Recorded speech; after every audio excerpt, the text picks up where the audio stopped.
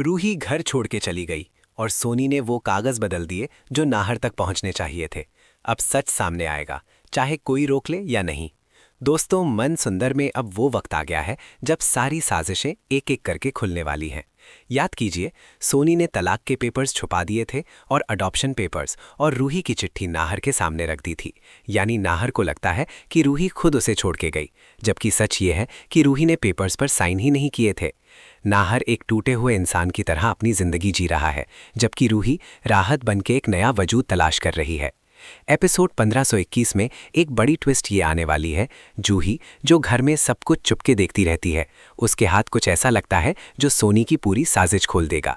शायद वो असली पेपर्स देखे जिन्हें सोनी ने छुपाया था, या शायद कोई ऐसी बात सुन ले जो घर की दीवारों में गूंज रही थी।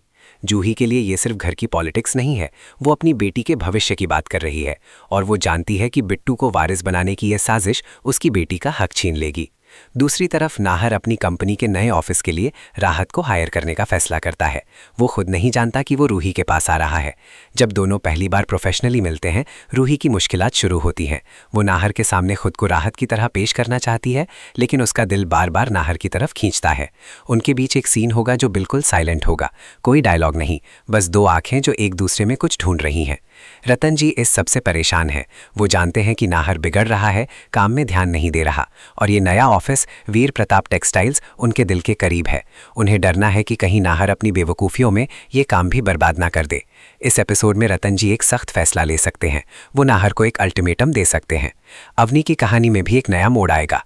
वो अपने बच्चे के भविष्य के लिए लड़ रही है, लेकिन घर में उसकी कोई नहीं सुन रहा। वो एक ऐसा कदम उठाने की सोच रही है जो सबको हैरान कर दे। शायद वो सीधा रतन जी के पास जाए और सब सच बोल दे। वो जानती है कि रिस्क है, लेकिन उसे पता है कि चुप रहने का कोई फायदा नहीं।